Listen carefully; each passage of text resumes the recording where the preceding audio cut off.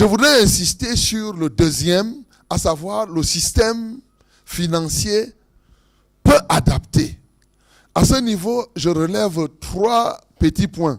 Premier point, lorsque je regarde de manière générale le système bancaire, pour parler de cela, on parle beaucoup d'inclusion, mais reconnaissons tout au moins qu'il y a une très très grande partie de nos populations, c'est-à-dire la population agro-pastorale, qui jusqu'à aujourd'hui n'a pas une totale facilité à accéder au système bancaire classique. Donc, un système qui exclut une grande partie de la population, me paraît-il, est un système qui n'est pas très adapté à notre économie. Le deuxième point que je peux relever à ce niveau, c'est le système du crédit, le système de crédit. Je pourrais dire quelque chose qui pourrait vous déranger, mais c'est bien parce que quand je dérange, j'arrange au même moment. Donc, je pourrais dire cela. Le système de crédit, me semble-t-il, n'est pas vraiment adapté. Nous avons un système, je prends un cas pour que vous me compreniez très rapidement. Pourquoi les gens partent vers les tontines? N'oublions pas que la meilleure façon de susciter l'épargne, c'est de donner les crédits. Plus on donne les crédits, plus les gens ont la possibilité d'épargner. Ça se voit par les tontines. Quand les gens partent dans les tontines, écoutez, c'est parce que quelque part, si je mets mon argent à la tontine, je pourrais gagner. Si je mets mes 1 million, vraiment en fin d'année, quand on casse la tontine, je peux me retrouver avec 200 000, avec 300 000.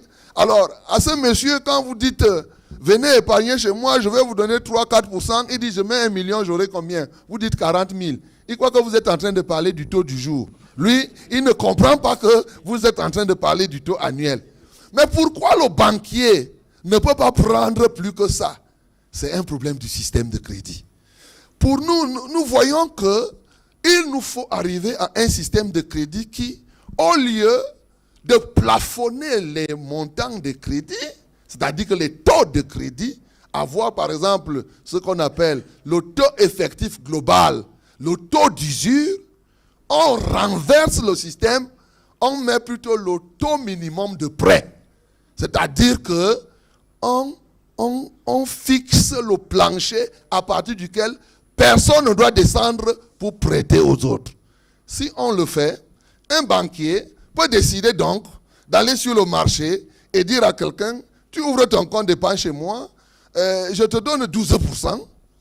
Et moi aussi, je peux décider d'aller placer à 30 ou 40%, pourvu que quoi? Parce que ce qui est plus important, c'est que, est-ce que ce que je finance produit de la richesse?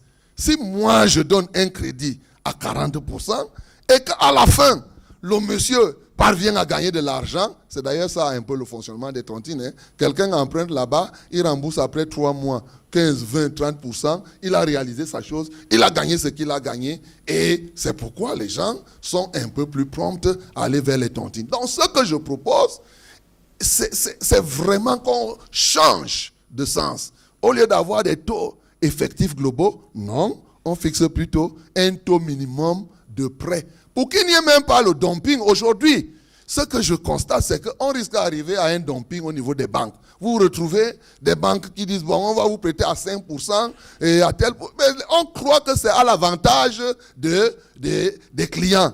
En réalité, quand nous finançons à ces taux qui sont très bas, on ne permet pas facilement l'épargne.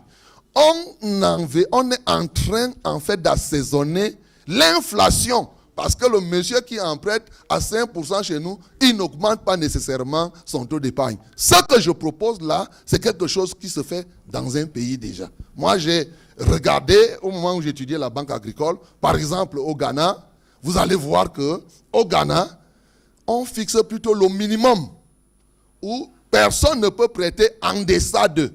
Maintenant, en haut, vraiment, c'est libre. On libéralise le système du crédit et d'épargne. Vous verrez que ça va attirer un grand maximum d'épargne de manière formelle. Ça, c'est le deuxième point par rapport à l'inadaptabilité du système financier, notamment au niveau du crédit. L'autre élément qui concerne le système de crédit... Il faut aller vite, révérend. Très rapidement, je suis même pratiquement en train de finir.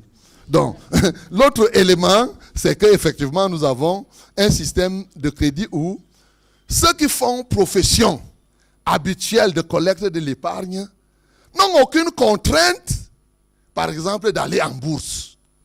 Tout à l'heure, on parlait là, on dit, écoutez, il faut la transparence, il faut ceci. Mais qu'est-ce qui fait que les banques ne partent pas en bourse? Pour moi, on parle beaucoup d'inclusion financière. Je pense que pour augmenter l'épargne, il faut qu'on parte au-delà, qu'on arrive à l'inclusion capitalistique. C'est-à-dire que ceux qui font profession habituelle de collecte de l'épargne doivent ouvrir le capital, de sorte que le capital ne soit plus détenu par quelques personnes et la grande majorité, on les concentre seulement aux transactions. Non, c'est bon que dans les banques, dans les compagnies d'assurance, que tout cela, que les acteurs, que tous ceux qui contribuent aux transactions deviennent des actionnaires.